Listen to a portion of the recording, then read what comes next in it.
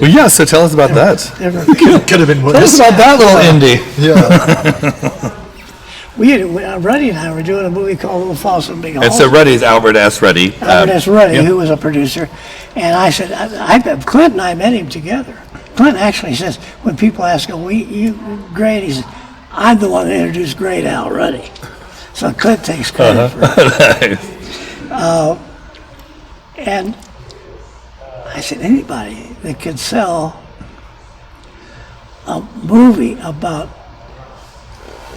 a prison camp, American being held with a Nazi prison camp, to the Jews of Hollywood, this guy's a salesman. And he sold it. Hogan's Heroes. Hogan's Heroes. So he created Hogan's Heroes. He created and sold it. It still runs. It still runs on things. And so he's the ultimate salesman and a great producer. But he admits, he says, I don't know anything about producing a movie. I've never produced one. So we did a little movie called Little Foss and Big Halsey with Robert Redford and Michael J. Pollard. Remember him? Lauren Hutton. And I brought to the production my knowledge of guerrilla filmmaking with the Italians, where you do it and then ask permission later, and we brought it in very low budget. And Paramount had bought the rights to a book called The Godfather, and they had just finished a movie about the mafia called The Brotherhood, and it tanked, it died. They said, oh my gosh, we've got this movie, Godfather, we paid all this money for this book, and people don't they don't want to go see Italian mafia gangsters. What are we going to do with it? They said, why are those two clowns that made that little movie Cheap down in Arizona about motorcycles, and let them do it down and dirty and cheap? And so that's how we got wow. Well, yeah, so then tell us how it was coming about to work with Francis, because that really then became your partner. Well, I'd known Francis because of all my Italian experience. And he had been making movies, kind of like we were making them. He was shooting on the street in New York, a movie called You're a Big Boy Now, with just run and gun kind of handheld equipment. And back then, they didn't have little lightweight cameras and sound guy you could put over they had trucks and things and he was improvising, he was doing that. And so a list of names came up for it, and I said, oh, I know, he's great.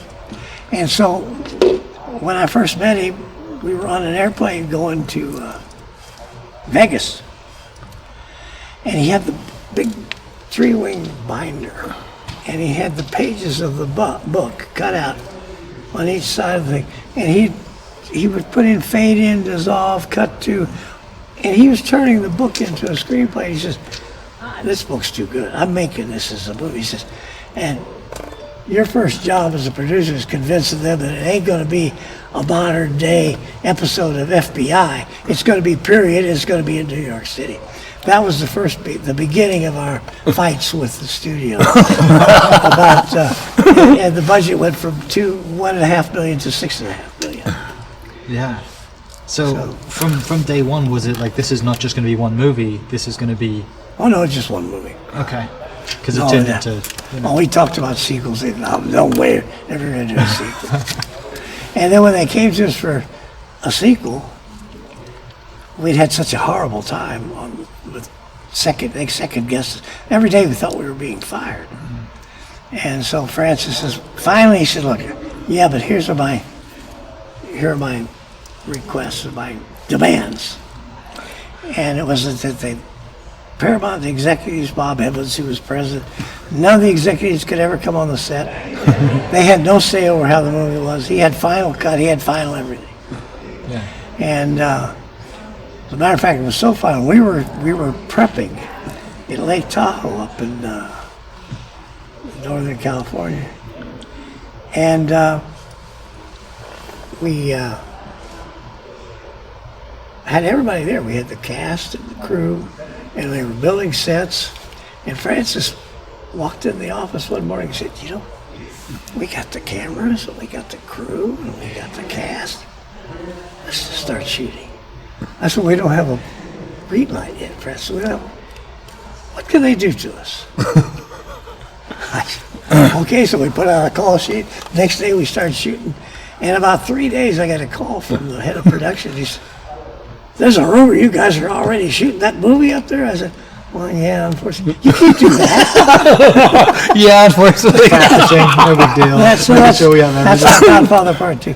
Then it was like from 73 till 90. There was no more sequels. And Francis and I said, I'm never going to do another sequel. Yeah. So we did Godfather Part 3. Did that start early too? What's that? Did that one start early as well? No, that one started on time. But he wanted to shoot it all in Italy.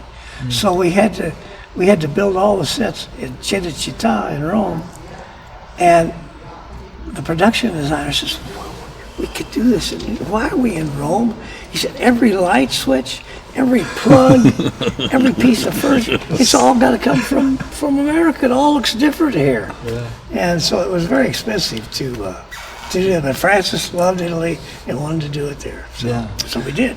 Well, one thing I wanted to mention, Mike, is since we are in partnership with the Hall of Fame, is Gray went into the Hall of Fame this past year, the Oklahoma Hall of Fame. Is that right? Congratulations. Great. And what was such a huge treat is that Francis Ford Coppola came to do the introduction because of their lifelong partnership.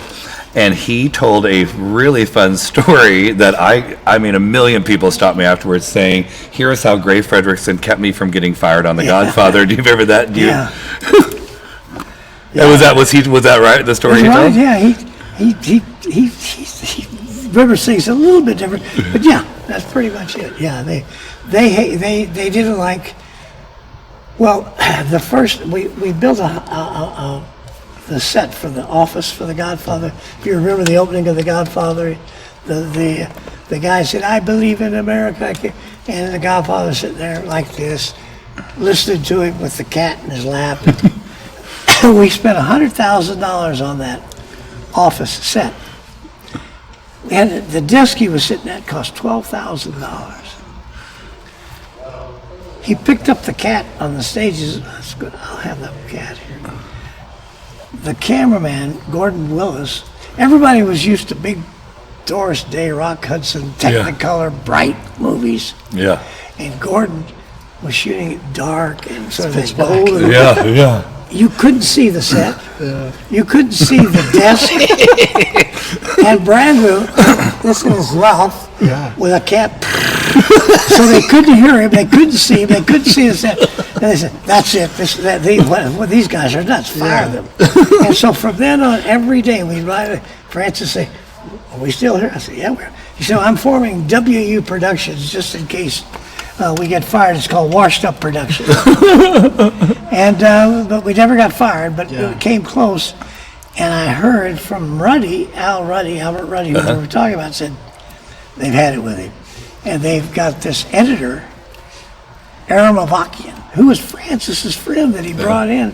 Aram Avakian every night was calling up saying, he's missing it. He's not getting it. I could do a better job. He was dynamiting him, his own editor.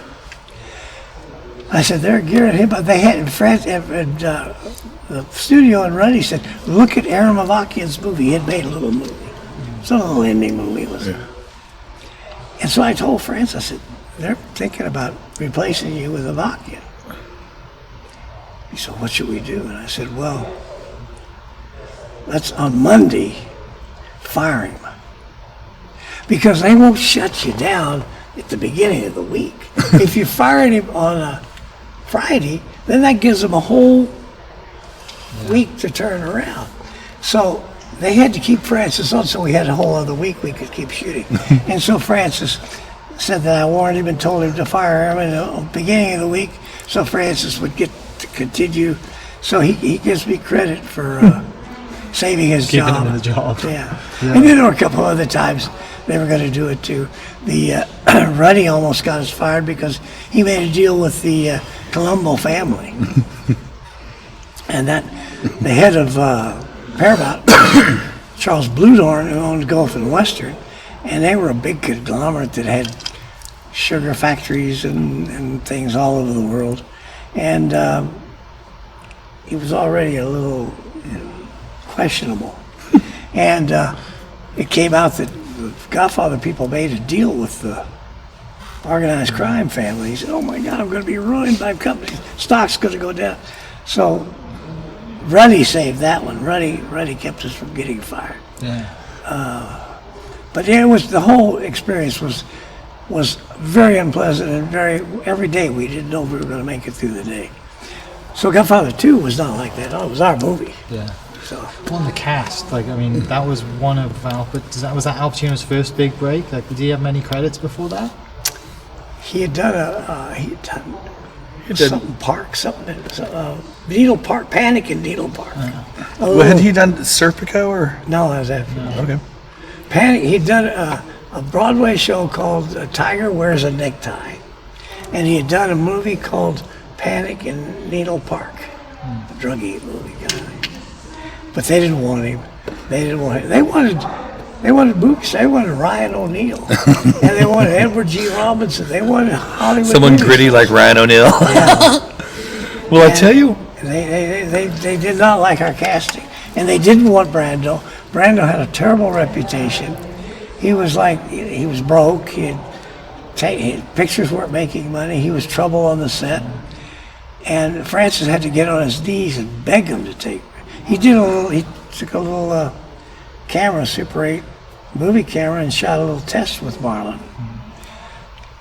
And that's when Marlon dressed up like an old Italian and patted and put a pillow in his thing and put cotton in his cheeks and acted like the old. They said, "Oh, well, he could do it." So that's how he got the job. well, I tell you, Said that mouthpiece that he had to wear on set was It a was big deal. It was right? a dental implant, Yeah. Not an implant, an appliance or whatever. Sure. Yeah. Dick Smith, the makeup guy, had that made for him. Yeah. This podcast was presented by the Oklahoma Hall of Fame, who've been telling Oklahoma's story through its people since 1927. Follow them online at oklahomahof.com and definitely on Instagram at oklahomahof. Catch you next episode. Cheers.